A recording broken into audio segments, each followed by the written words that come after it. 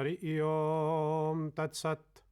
लोकाभिरामं रणरंगधीरं राजीवनेत्रं रघुवंशनाथं कारुण्यरूपं करुणाकरं त्वं श्रीरामचन्द्रं शरणं प्रपद्ये।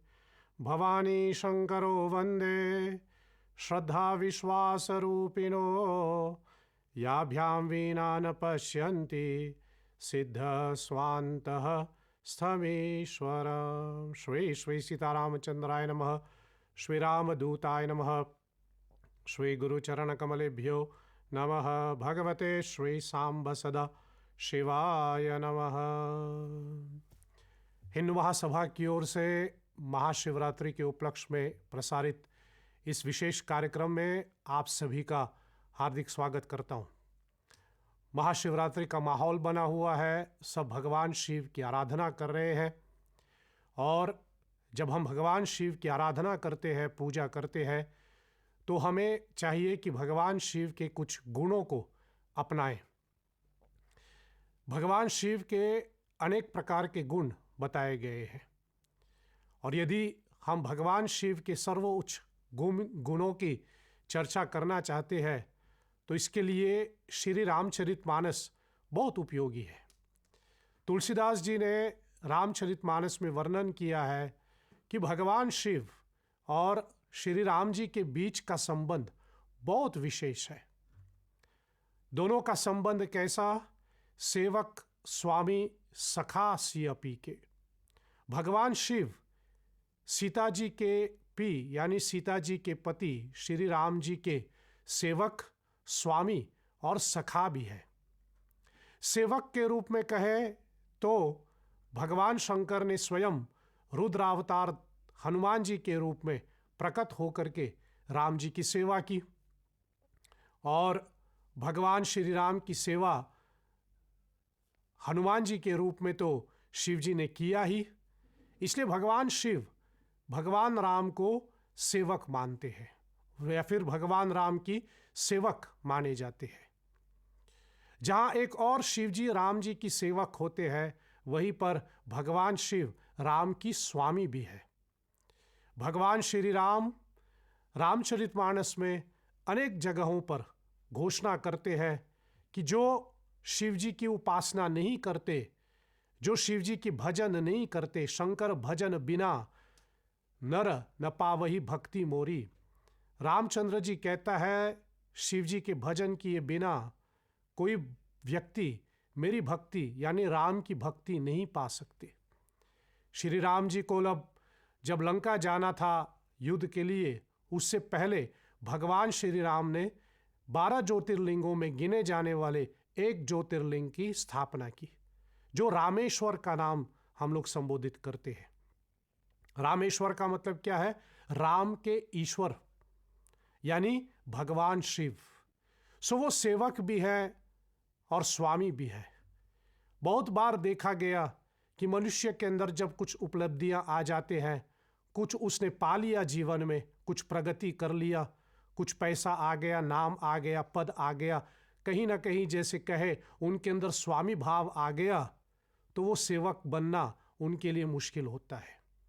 एक बार स्वामी के पद पे बैठे तो वो सेवक नहीं बन सकते। लेकिन भगवान शिव हमको दर्शाते हैं कि हमें स्वामी भी बनना है और सेवक भी बनना है, और इन सब से कहीं ऊपर भी है कि हमें सखा बन के रहना चाहिए। इसलिए रामचंद्र जी और भगवान शिव सखा के रूप में भी विराजमान है। श्री रामचंद्र जी अपने प्रजा को संबोधित करते हुए तुलसीदास जी ने उत्तरकांड में यह भी वर्णन किया है कि भगवान राम अपनी प्रजाओं को कहते हैं कि यदि कोई व्यक्ति शिव जी की द्रोह करता है यानी भगवान शिव के विरुद्ध करता है, वह व्यक्ति मुझ तक नहीं पहुंच पाते। श्रोताओं, मेरा निवेदन सदैव का रहा है कि भगवान शिव तक पहुंचने का मार्ग राम है, और श्री राम तक पहुंचने का मार्ग भगवान शिव है। श्री रामचरितमानस में तुलसीदास जी ने अनेक से उदाहरण दिया हुआ है, जहां पर ये जो संबंध है शिव जी और राम जी का उसको हम अच्छे ढंग से समझ पाएं। भगवान शंकर सती माता के साथ कुंभज ऋषि के यहाँ से कथा सुनकर के जब वापस कैलाश की ओर प्रस्थान कर रहे थे, उसी समय सती माता ने भगवान राम का दर्शन करते हुए इनके ऊपर संदेह किया। एक तरह से मैं कहूँ, सती ने राम के ऊपर संदेह किया, परिणाम स्वरूप क्या हुआ, शिव जी ने उनसे संबंध तोड़ दिया। भगवान शिव यह बता रहे हैं कि जो राम पे विश्वास नहीं करते उनसे संबंध नहीं रखना चाहिए। इतना गहरा संबंध है उनका।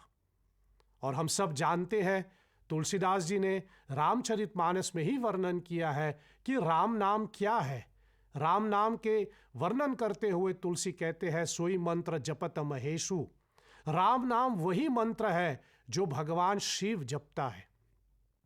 इसलिए महाशिवरात्रि के इस पावन अवसर पर जब हम भगवान शिव के अनेक ढंग से इनकी आराधना कर रहे हैं, इनकी पूजा कर रहे हैं, तो हमें चाहिए कि शिव जी के एक दो गुणों को हम अपनाएं।